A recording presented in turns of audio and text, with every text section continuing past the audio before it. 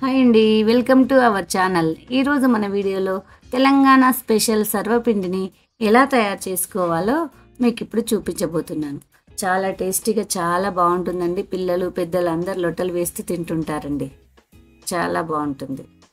ముందుగా ఒక గిన్నెలోకి బియ్యం పిండిని ఒక కప్పు తీసుకొని దాంట్లోకి సరిపడా కారం, నేను కొద్దిగా కారం ఎక్కువే వేస్తానండి, ఎందుకంటే పిల్లలకు అలవాటు చేయాలనేసి కారంగా తినాలని వేస్తాను. కొద్దిగా ఉప్పు అంటే సరిపడా వేసుకోండి ఉప్పుని. దీంట్లోకి ధనియాలు ఉంటే ధనియాలు వేయండి, లేదంటే ధనియాల పొడి వేసుకోండి. ఇప్పుడు ఒక స్పూన్ నువ్వులు, ఒక స్పూన్ పచ్చి శనగపప్పుని నానబెట్టి పక్కన పెట్టుకోవాలి. ఒక స్పూన్ మినపప్పును కూడా నానబెట్టి పక్కన ఉంచుకోవాలండి. దీంట్లోకి కొత్తిమీరాకు, కరివేపాకు, కట్ చేసి పెట్టుకున్న ఉల్లిపాయ ముక్కలను, లేదు మీకు స్ప్రింగ్ ఆనియన్ దొరికితే ఉల్లి పొరకను కూడా వేసుకోవచ్చండి.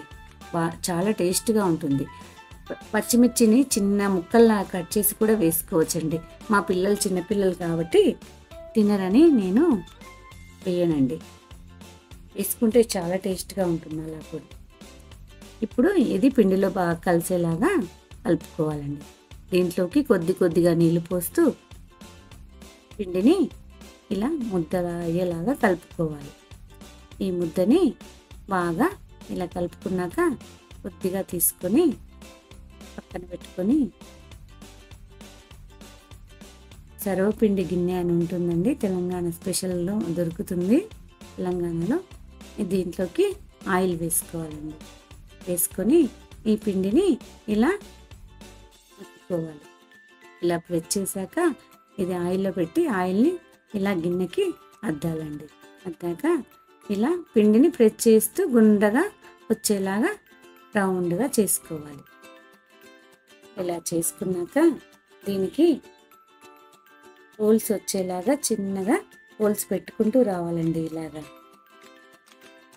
నిండుగా పెడితే బాగా కాలుతుందండి. కాలి టేస్ట్గా వస్తుంది. కాలకపోతే పచ్చిగా ఉండి పిండి టేస్ట్ అంతగా ఉండదండి. ఇలాగా స్టవ్ మీద పెట్టుకున్నాక చుట్టూ తిప్పుతూ ఉండాలండి. గిన్నెని బాగా కాలాలండి. చుట్టూ మొత్తంగా కాలేలాగా చూసుకోవాలి. ఇది కాలుతుండగానే ఇంకొక గిన్నెలోకి ఈ సర్వపిండిని మళ్ళీ ఇలాగే ప్రెస్ చేయాలండి. ప్రెస్ చేసి దింపేలోపు అది కూడా దీనిపైన పెట్టేలాగా 2 గిన్నెలు రెడీగా పెట్టుకోవాలండి. నేను ఇలాగే పెట్టుకుంటానండి. నా దగ్గర 2 గిన్నెలు ఉన్నాయి, సర్వపిండి గిన్నెలు. ఇలాగే చేసుకుంటాను. ఇలా తయారైన దాన్ని సర్వింగ్ ప్లేట్లోకి తీసుకోవాలి.